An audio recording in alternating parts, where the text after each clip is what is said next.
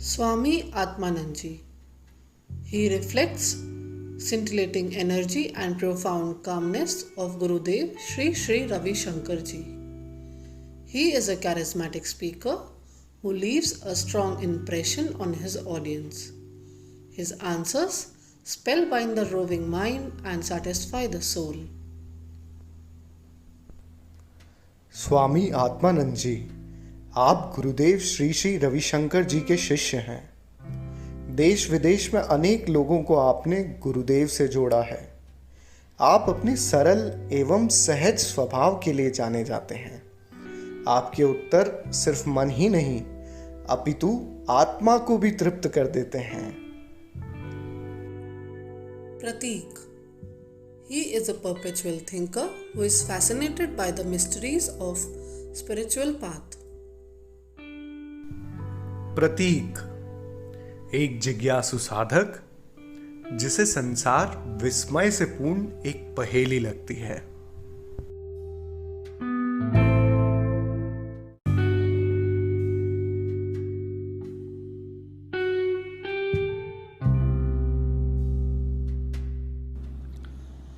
Episode 5 Death.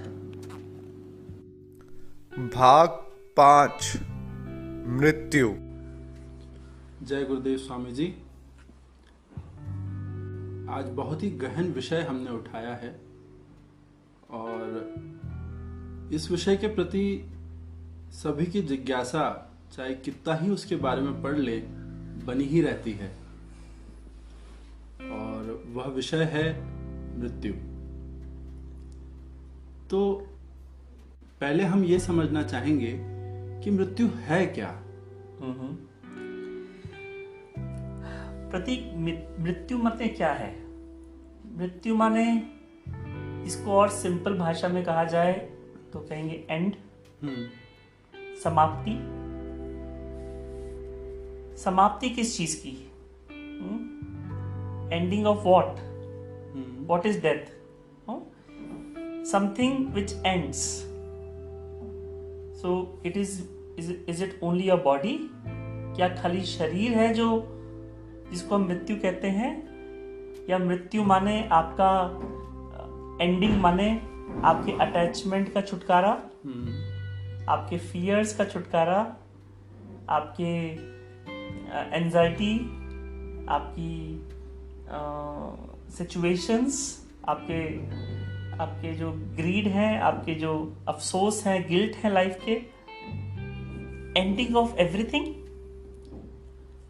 जो हम इकट्ठा कर रखे हैं जीवन में। अगर हम इस जीवन को देखें, जीवन क्या है जनरली, जो स्पिरिचुअलिटी में नहीं है, जिनके जीवन में गुरु नहीं है, एक इंसान की बात करें, उसका जीवन माने क्या है? What is life? Life is a combination of all these emotions, attachments, guilty, fear, likes, dislikes. हाँ, यही तो है जीवन। अगर आप देखोगे तो वो खुशी, कभी गम, कभी डर। So death means finishing off all these things. आप इन सारी चीजों को जो कैरी फॉरवर्ड करते जा रहे हो, वहां पे स्टॉप, वहां पे पॉज दे देना। शरीर का, ये शरीर के जो हाथ पैर नसें हड्डियां हैं, ये मृत्यु है तो कुछ भी इसका तो ये सब जानते हैं। ये शरीर तो छूटेगा। This body is made up of 5 elements, वो 5 एलिमेंट्स में चला जाएगा। But on the real sense, if you look at it, death means ending of all this, no, you are carrying your fear and your guilt and everything. वही है मृत्यु। पता है प्रतीक, मृत्यु, सोचो अगर मृत्यु ही ना हो तो पता है, ना बुद्ध होंगे, ना महावीर होंगे, ना मोक्ष होगा, ना मोक्ष पाने की इच्छा होगी। पशु जो होते हैं, जानवर जो होते हैं ना, उनके अंदर उनको मृत्यु का पता नहीं है, इसलिए उनके जीवन में कोई मोक्ष की कामना नहीं है। हमारे जीवन में आज कोई व्यक्ति साधना करता है, या धर्म कह लें, धर्म ही नहीं होगा अगर मृत्यु ना हो तो। धर्म का आधार, अध्यात्म का आधार, मोक्ष का आधार टिका हुआ ही मृत्यु पे है। तो मृत्यु ही तो है जिससे आदमी मुक्त होना चाहता है। तो यही है धर्म का आधार। वरना बुद्ध क्यों होता? अगर जीवन हमेशा रहने वाला है तो बुद्ध को होने की आवश्यकता ही नहीं थी। बहुत ही सुंदर तो विचार। मृत्यु जो है वो देखो, ये पूरे समाज को जो ज्ञान मनुष्य को मिला है उसका आधार मृत्यु ही है। तो बहुत ही सुंदर विचार आपने दे दिया स्वामी जी। और इस पर तो हम लोगों को मतलब हम मनन ही करते रहें और इसकी गहराइयों में उतरते रहें। अच्छा, ये हम मृत्यु की बात कर रहे हैं। कोई यंग लड़के से पूछो, do you have any interest about death? हो गएगा मेरे को कोई इंटरेस्ट नहीं है। Generally those who are old और those who have curiosity about life, only they get this thought of in the mind. और या किसी को कोई मर गया तो देखते हैं अरे मैं भी मर जाऊंगा, वो एक दो दिन थोड़ा सा मन में आता है भाव। बट बुढ़ापे के अंदर इस तरह के विचार आते हैं, या एक समझ जब आती है, एक मैच्योरिटी आती है, तो आप देखोगे तो कहीं ना कहीं मृत्यु की याद जो है वो हमारे अंदर एक भय है। There is some fear of death that brings the thought of death again and again in the mind. Fear of death brings the thought of that in the mind. मृत्यु का डर।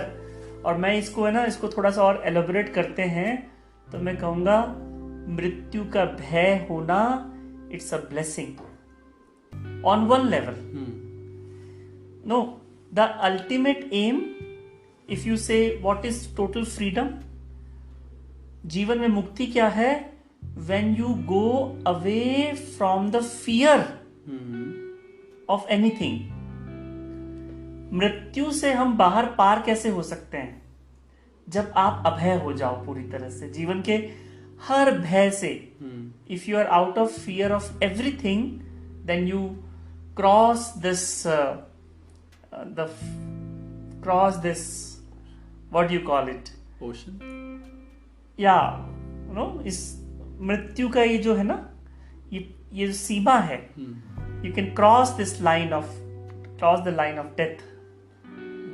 तो स्वामी जी, मृत्यु से डरना चाहिए कि नहीं?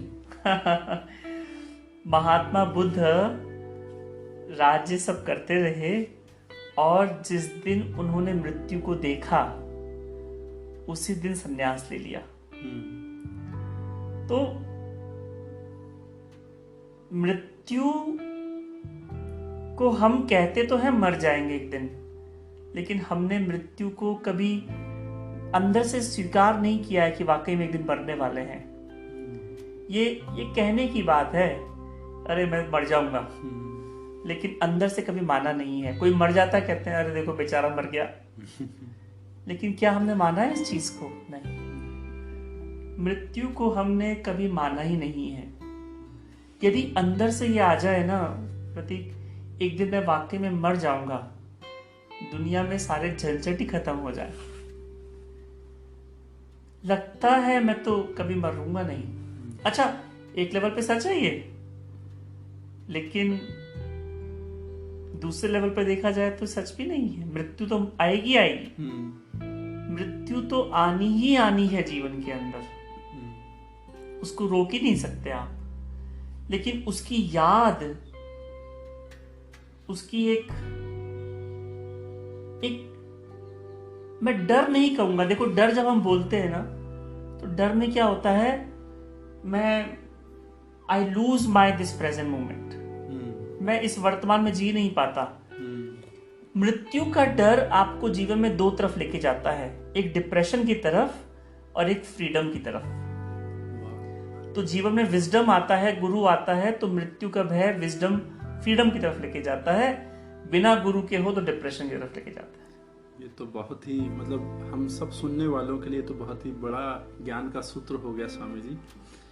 तो जैसे आपने अभी बताया कि भय, अगर मृत्यु से भय है तो गुरु रहेंगे जीवन में, तो ये आपको मृत्यु की याद आपको मुक्ति की तरफ लेके जाती है अगर जीवन में गुरु हो तो।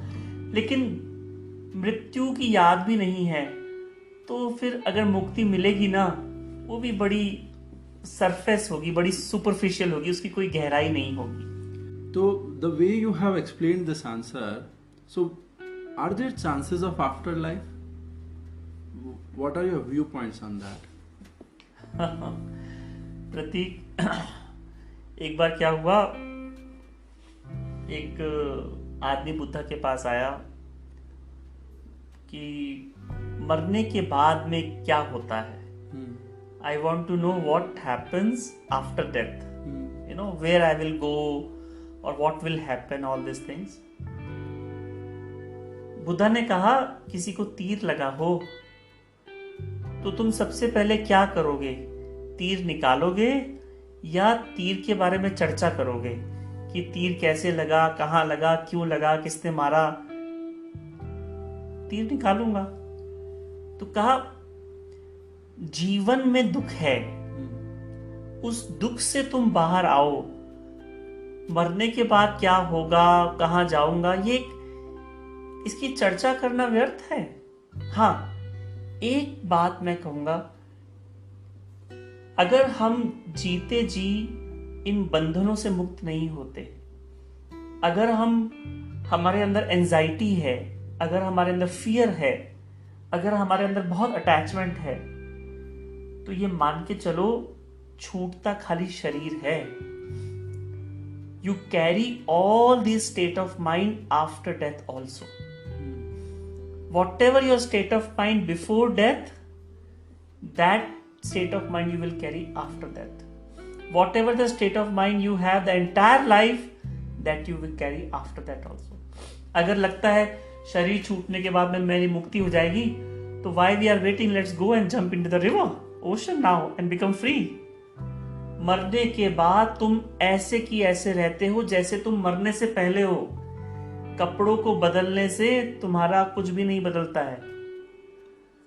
तो कई लोग आत्महत्या करते हैं ना, ये सोचते हैं हम आत्महत्या कर लेंगे तो हमारे जीवन में ये सब तनाव खत्म हो जाएगा। आई टेल यू, और ज्यादा वर्स सिचुएशन हो जाती है। That's very mesmerizing. You know, once Gurudev was telling why people commit suicide. So then Gurudev said, when somebody asked this group, Gurudev said, you know, when your प्राण शक्ति is very low, जब प्राण शक्ति बहुत नीचे होती है, that time you do not, you know, the mind is so confused and you do not get any way to come out of it. When your life force, प्राण शक्ति is very low. So the state of mind is very different. You don't know what to do in this moment, and you people commit suicide. So if somebody, तो गुरुदेव कहते, कोई नदी में कूदने के लिए जाए, पानी बह रहा है गंगा जी, और वहां पे वो 10 मिनट खड़ा होकर देखता रहे, तो बहती नदी को देखता रहेगा तो प्राण शक्ति ऊंची हो जाती है, मरेगा नहीं। इरादा बदल लेता है। तो प्राण शक्ति ऊंची उठ जाए तो व्यक्ति आत्महत्या नहीं करता। आखिरी क्षणों के अंदर केवल 2 ही भाव मन में उठते हैं। पहला, तुमने इस जीवन में कितना ज्ञान हासिल किया, और दूसरा, तुमने जीवन में कितना प्रेम दिया। How much knowledge you have gain and how much love you have given. Only this two thoughts, two bhava, two feelings comes up in the mind when you know the last moment of your death, the last edge, when you are on the edge, उस समय यही भाव उठता है। तो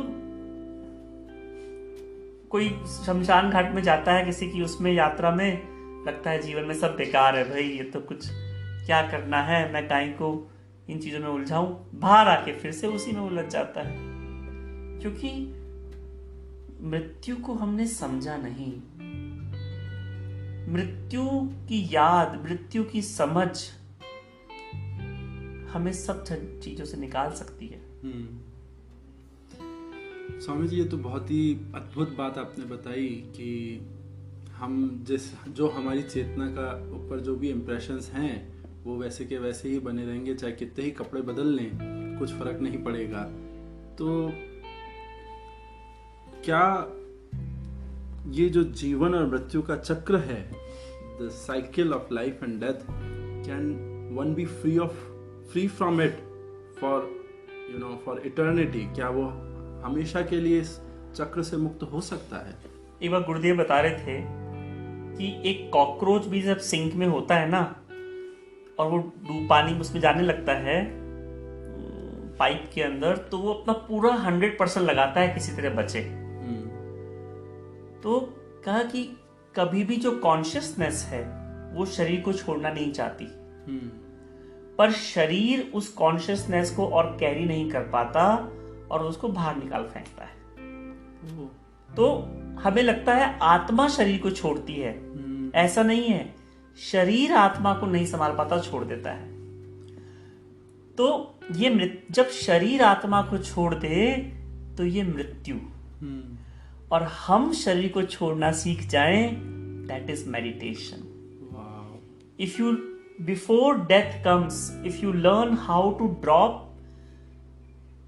drop this body, not exactly drop this body, but experience the detachment from the body, you are free from the death. ये तो बहुत ही सुंदर एक और हमें सूत्र मिल गया है यहाँ पे। यही है ये आर्ट ऑफ लिविंग और art of dying. It looks two different extremes but they are same. ये दोनों विपरीत बातें दिखती हैं पर एक ही है। मृत्यु की समझ मृत्यु के पार ले जाने का मार्ग है। जैसे ही तुमने नींद को जान लिया, वैसे ही तुम नींद सो रहे हो क्या? जाग गए हो। मैं सो रहा हूं, इसकी जानकारी होना का मतलब ही है तुम जाग चुके हो। वाह। तो स्वामी जी, फिर क्या हम मृत्यु को सुंदर कह सकते हैं? मृत्यु can be called as a beauty? One who has cross that frontier, वो उसको जो पार कर लेगा उसके लिए सुंदर है। वरना तो हम झंझटों को साथ में लेके जाते हैं। मृत्यु जब आदमी मर रहा है, अगर वो जीवन में उसने ध्यान और समाधि को अनुभव नहीं किया तो वो बड़ी एंजाइटी और फियर के साथ मरता है। तो मरते समय भी बेचैनी होती है। अगर होश पूर्वक मरे, मृत्यु को देखता देखता मरे, तो मृत्यु उसको छुएगी नहीं। वाह। तो स्वामी जी, एक गुरुदेव ने भी उस पर खूब व्याख्यान किया है, हमारे उपनिषद में भी है उसका उल्लेख, नचिकेता का। तो नचिकेता में ऐसा क्या था कि उसको ये ज्ञान मृत्यु का बिना उसको एक्सपीरियंस किए वो मिला? ऐसी क्या उसकी पात्रता थी, और हमें क्या प्रयास करना चाहिए उस पात्रता को पहुंचने के लिए, उस पात्रता के? एक बार गुरुदेव कह रहे थे, प्रतीक, नचिकेता का मतलब क्या है? की चेता माने जिसकी कोई आइडेंटिटी है, जिसका कोई ध्वज है। somebody who has some identity, that is ki cheta in Sanskrit. And Nachiketa means one who has no identity, means I am nothing. मैं कुछ नहीं हूं। इस जगह आप जब पहुंच जाते हो तो आपके जीवन में वो सीक्रेट्स खुलने लगते हैं। वरना क्या होता है? मैं तो ये हूं, तूने मुझसे ऐसे कैसे बात करी, तेरे को बात करना नहीं आता, I am somebody. The entire effort in the world, if you see, of people is that to prove that I am somebody. संसार में हर व्यक्ति का अगर देखोगे तो यही प्रयत्न लगा हुआ है, अपने आप को इसमें लगा प्रूव करना कि मैं कुछ हूं। जबकि नचिकेता कोई लड़का नहीं है। नचिकेता का मतलब है जिसकी जिसकी सारी आइडेंटिटी मिट गई, तुम कुछ रहे ही नहीं, वो नचिकेता है। वो मृत्यु के सीक्रेट को जान सकता है, और जिसके जीवन का सारा भय खत्म हो गया। Once you are out of all the fear of your life, the biggest fear in your life, the only fear of your life is the losing your existence. अपने अस्तित्व को खोने का भय एकमात्र भय है हमारे जीवन में। तो पैसा खोता है तो लगता है अस्तित्व खो रहा है, पोजीशन खोती है तो लगता है अस्तित्व खो रहा है, परिवार खोता है तो लगता है अस्तित्व खो रहा है। असली हमें पैसे से या परिवार से लेना देना नहीं है, अपना अस्तित्व खोने लगता है, यही भय है। उस भय से निर्भय होना, वो भजन है ना अपने यहाँ पे, अभयम अभय अम्मा, उस भय के परे अभय पार उसमें जाना, that can experience that person. Swami ji, एक बहुत ही कॉमन सवाल है मृत्यु से ही संबंधित, जो सभी लोगों को परेशान करता है। परेशान तो क्या, मतलब बार बार ये प्रश्न उनके मानस पटल पे आता है कि जो मर गए हैं, जो हमारे पूर्वज थे, तो हमारी जो आज के समय की गतिविधियां हैं या जो हम अभी कर्म कर रहे हैं, क्या वो सब चीजें उनको बाधित करती हैं या उनको किसी तरह से सुकून पहुंचा सकती हैं? इस पे प्रतीक गुरुदेव बता रहे थे एक बार कि तुम्हारे अच्छे किए हुए कर्मों से उनको कुछ अच्छे वाइब्रेशंस पहुंचते हैं, they feel good. No, if you do something good, like if you are on the path of spirituality, you meditate, you do some seva, something for society, so they get some good vibes and they feel good. But because they don't have any attachment now with this world, so if you do something wrong, they do not get affected. वो इनसे परेशान नहीं होते, ये बात। अच्छा, मृत्यु के बारे में ना प्रति एक और बहुत सुंदर मुझे बात याद आती है गुरुदेव की। जब व्यक्ति मरता है ना, तो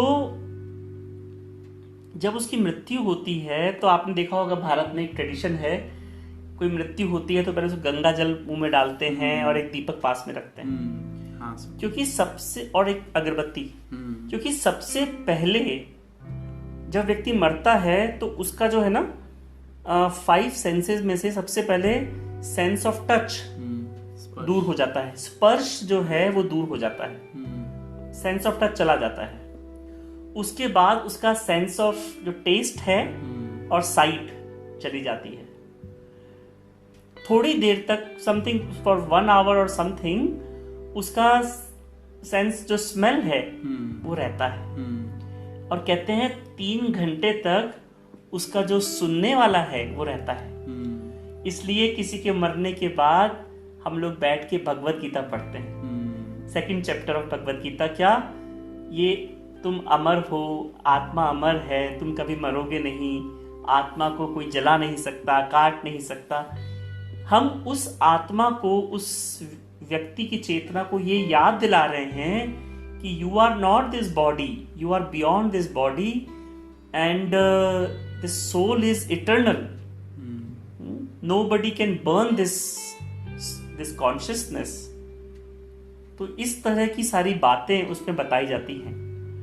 तो कहते 3 घंटे तक वो श्रवण रहता है, उसको सुनने का रहता है। तो उस कॉन्शियसनेस के अंदर वो 5 इंद्रियों का पावर, उन 5 इंद्रियों का गुण है। इसलिए मरने के बाद भी, आंखें ना होते हुए भी, कान ना होते हुए भी, उसको, व्यक्ति को सब सुनाई देता है, दिखाई देता है। ये एक बड़ा, देखो, रोमांच करने वाली बात है। इट्स वेरी, बिल्कुल नो, बिल्कुल astonishing, what do you call, आश्चर्य में विस्मय में डाल देती है। तो 10, इसीलिए ना कभी किसी के घर में मृत्यु हो जाती है तो मैं यही कहूंगा सब सुनने वालों को कि वो 8-10 दिन जो है ना, परिवार में कोई रोते हैं तो उनको रोने देना भी चाहिए, बहुत उनको रोकना नहीं चाहिए। तो क्योंकि अंदर जो भाव बहुत है वो रोने से निकल जाता है, वो पर्सन फ्री हो जाता है। अगर कोई रो रहा है तुम उसको बहुत चुप कराओगे तो उसके अंदर वो भावनाएं अंदर दबी रह जाएंगी और उसको बाद में लाइफ में वो दिक्कत करेगा। तो it's better if somebody is crying a lot first 3 days, 5 days, 10 days, that is okay. Allow that person to। Rajasthan में तो एक प्रथा है, वो उसको रुदाली बोलते हैं। अगर परिवार में किसी की मृत्यु हो गई और लोग नहीं रो रहे हैं तो प्रोफेशनल क्रायर्स को बुलाया जाता है कि वो छाती पीट पीट के रोते हैं ताकि उनको देख के आपको रोना आ जाता है। क्यों? अंदर कोई भी इमोशन है ना वो रोने से निकल जाता है। इसलिए रोना अच्छा है, कोई गलत नहीं। और यही है, ये समझ जो है हमें जीवन में आगे बढ़ाने में मदद करती है। स्वामी जी, अगला जो मेरा प्रश्न है वो इसी से संबंधित है, जो आपने अभी इतना सुंदर दृष्टिकोण जो हमको दिया। तो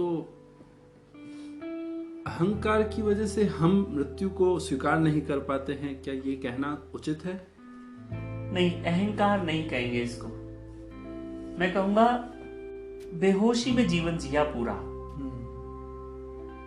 सच में प्रतीक, अगर हम कभी अपने साथ 10 मिनट, मैं सब आपके सुनने वालों को भी ये बात कहूंगा, 10 मिनट के लिए कभी बैठ के ये कभी विचार किया है ये शरीर क्या है? कुछ दिन बाद इसको लोग लेके, और वाकई में तुम्हारा ये जो हाथ है, पैर है, ये आंखें, नाक, कान सब जो है, इसको वाकई में जला देंगे और कुछ ही मिनटों के अंदर, in just some moments it will burn, it will become ashes. जो आज सब कुछ देख रहा है, सुन रहा है, ये सब राख हो जाएगा। ये तुमको कभी छूती नहीं है बात। कितना कैजुअली हम लोगों ने ले रखा है इस बात को, मृत्यु को, जीवन को इस तरह से जी रहे हैं जैसे पता नहीं क्या, कुछ समझ में नहीं आता। अच्छा, गलती भी नहीं कह सकते लोगों की। एक आदमी बेहोश है, उसको कुछ दिखाई नहीं दे रहा, क्या कहे, बेचारा बेहोश है, नींद सोया हुआ है। पर जागने का मार्ग है। नींद में तो हो तुम, बेहोशी में तो हो, लेकिन इस नींद में और बेहोशी में पीड़ा भी तो महसूस होती है। जीवन के अंदर तुम्हें क्या पीड़ा महसूस नहीं हो रही? Don't you feel any pain और सफरिंग और मिजरी और in your life? Don't you want to come out of all this things?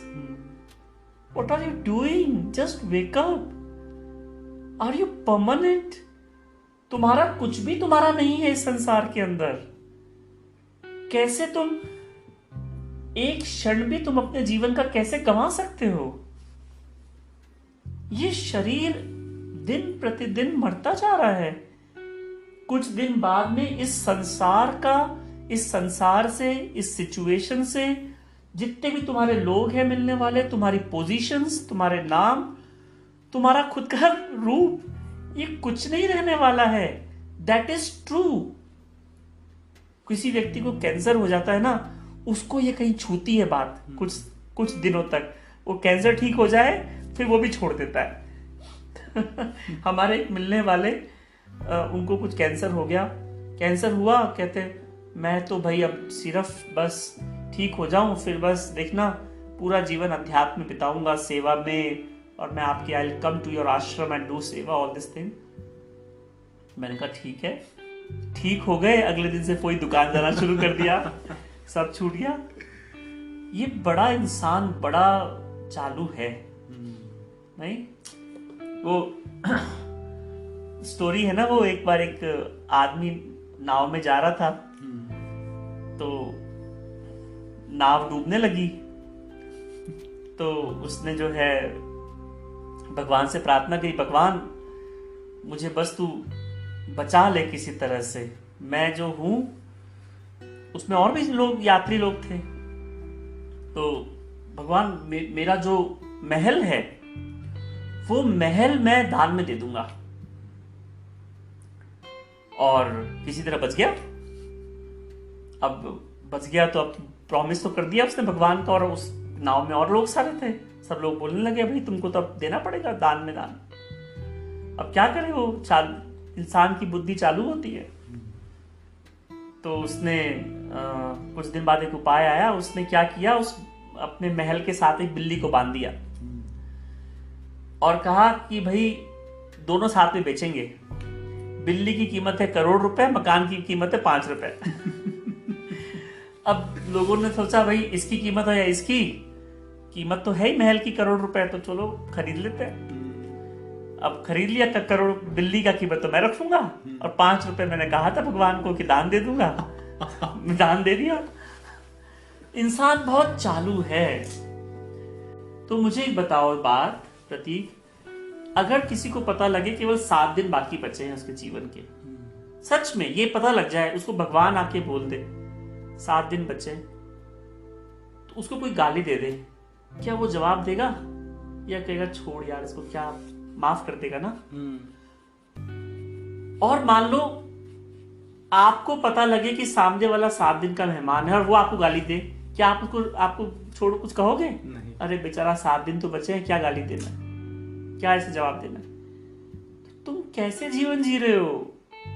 जरा छूता नहीं है ये जैसे महात्मा बुद्ध को जिस दिन जैसे ही उन्होंने मृत्यु को देखा पहली बार, रात को सो नहीं पाए और रात को महल छोड़ के चले गए शाश्वत की खोज में, विच इज इटर्नल। तो सन्यास जो है ना, सन्यास लोग सोचते हैं सन्यास माने क्या है, एकदम भगोड़ा है। सन्यास माने भगोड़ा नहीं है। सन्यास माने जो शाश्वत या इटर्नल की खोज में निकल जाए, दैट इज सन्यास।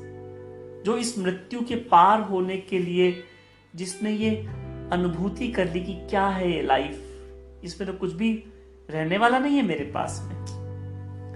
मैं कुछ भी, जैसे होता है ना समुद्र के पास में आप रेत के वो बनाते हैं छोटे छोटे से घर, थोड़ी देर बाद में पानी की लहर आती है और सब कुछ बहा देती है। ये जीवन तो वैसा ही है, पर इतना बेहोशी है, लोग सुबह उठने से रात तक पता नहीं लगे हुए हैं, कुछ तो मिल जाएगा। तो स्वामी जी, अगर सभी को होश आ गया तो प्रकृति का जो संतुलन बना हुआ है वो नहीं बिगड़ेगा? ओहो, तो प्रकृति का संतुलन तुमने बना रखा है प्रतीक। तुमको लगता है ये होने वाला है, पूरी दुनिया को होश आने वाला? नहीं। ये आज का हमारा जो कॉन्वर्सेशन हो रहा है, इससे कोई एक व्यक्ति की नींद थोड़ी सी टूट गई ना, तो आज का हमारा कॉन्वर्सेशन होना सफल हो जाएगा। ये सबके लिए नहीं है, नहीं, ये सबके लिए है ही नहीं। तुम स्कूल में पढ़ने वाले बच्चों को तुम कहो तुम मेडिकल की पढ़ाई करो, वो जरूरत नहीं है, उनके लिए भी नहीं है। ये अहंकार की बात नहीं है, पर ये बात यदि तुम्हें झंझोर दे नींद से थोड़ा सा, तो शायद व्यक्ति होश पूर्वक काम करेगा। रिस्पॉन्सिबिलिटी छोड़ना नहीं है कि काम छोड़ देंगे और हम जंगल में चले जाएंगे तो मुझे मृत्यु के पार हो जाएंगे, वो भी नहीं है। जहां समाज में हो, संसार में हो, रिस्पॉन्सिबिलिटी निभाओ, लेकिन करते करते जरा होश पूर्वक जियो तो सही। इतना क्या बेहोशी में बस पूरा जीवन दुकान के लिए जीते रहे, अपने लिए कब जियोगे?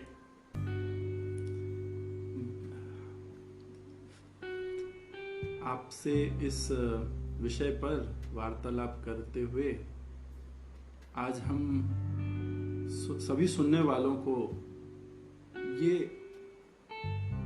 थोड़ा तो महसूस होगा कि वो कहते हैं ना, चमकेगा कि क्या हम सही दिशा में चल रहे हैं, क्या हमारा जीवन सही उद्देश्य के साथ सार्थकता की तरफ बढ़ रहा है या नहीं।